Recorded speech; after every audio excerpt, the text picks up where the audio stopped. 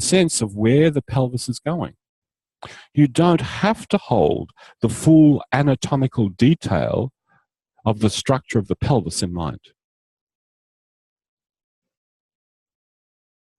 And Feldenkrais kind of understood that because of his background in engineering. When you're an engineer and you're making technical drawings, you don't draw like an artist draws. You don't draw what you see. You draw a representation of what, hello?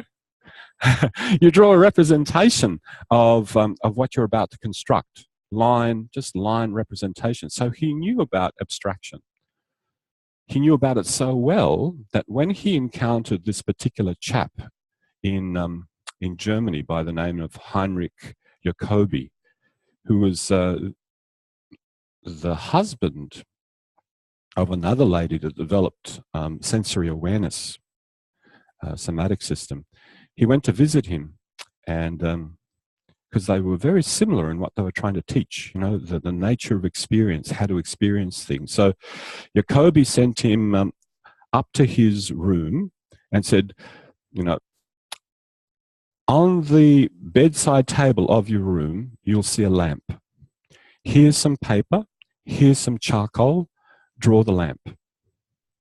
So he gets up there, brings it back down to Jacobi, and it's a technical drawing, isn't it? He says it's a truncated cone with another stand and something else. And Jacobi says to him, is that what you see? Is that what you really see when you look at the lamp? He goes, no, which is a good answer.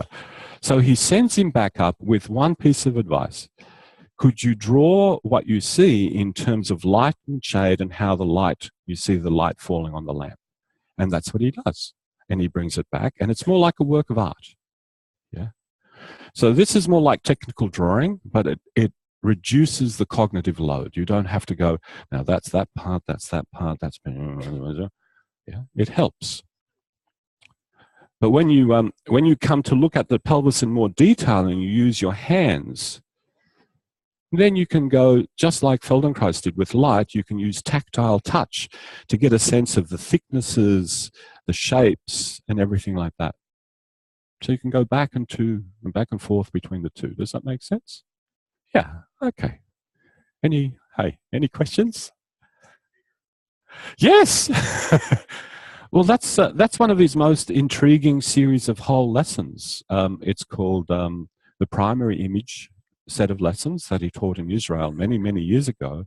And literally, you imagine yourself as a stick figure without, the cardinal lines, but taught in a very, very particular way.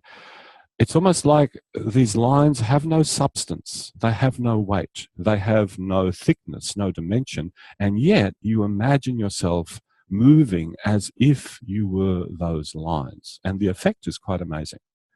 So yes, you see, he's technical. Yeah, he's technical. And if you've got a very vivid imagination, they're an extraordinary set of lessons. Maybe we'll do them sometime in the training. Yeah.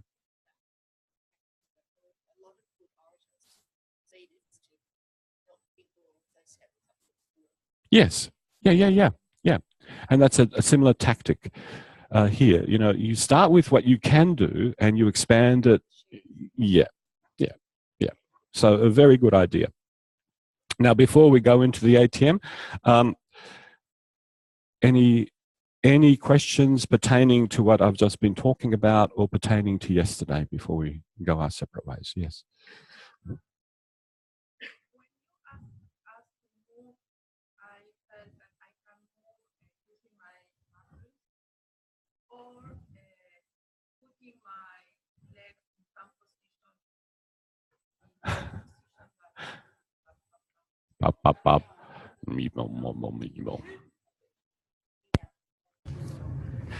The mechanical position of my legs, yes, to change, and I know I use always the muscles, yes, to move, but sometimes the movement you can do only with the muscles using your abdominals or tracking with your other bones to move the pelvis. Yes.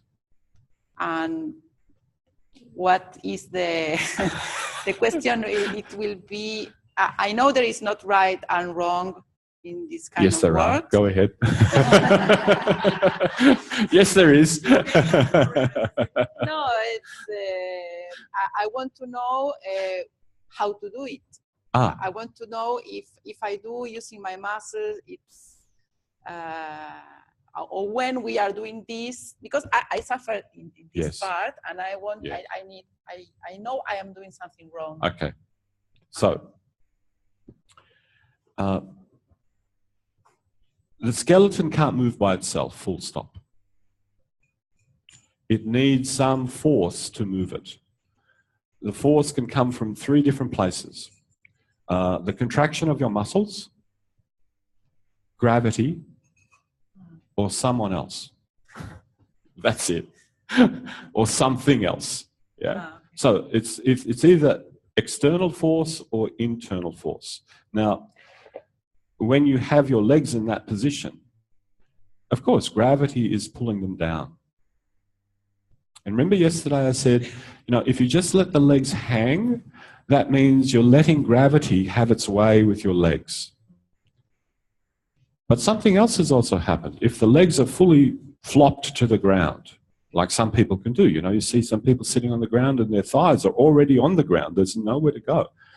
That means you can no longer use the weight of the legs to move the pelvis. It's gone. So then what are you left with? You're left with back muscles, and you're left with your hands. So where are the places that you can apply force?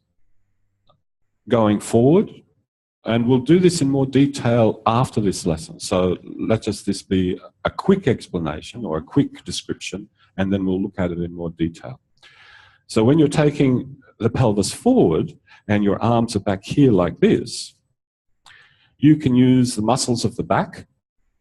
You can use the muscles that can push the arms into the floor, and you can change the shape of your abdomen to push the belly out. And then you can also use the muscles attaching from the legs to the pelvis to pull the pelvis forward. And then you can also use the weight of the legs. Yeah, but if it's only internal forces, that's all you can use. Yeah. Going backwards, you can use Contraction. Yeah, tummy. Yeah. That's the only internal force you can use, because that's the only thing that bends you. Everything else is weight. Going backwards is like you just let everything sink backwards. And then the legs will come up. Yeah?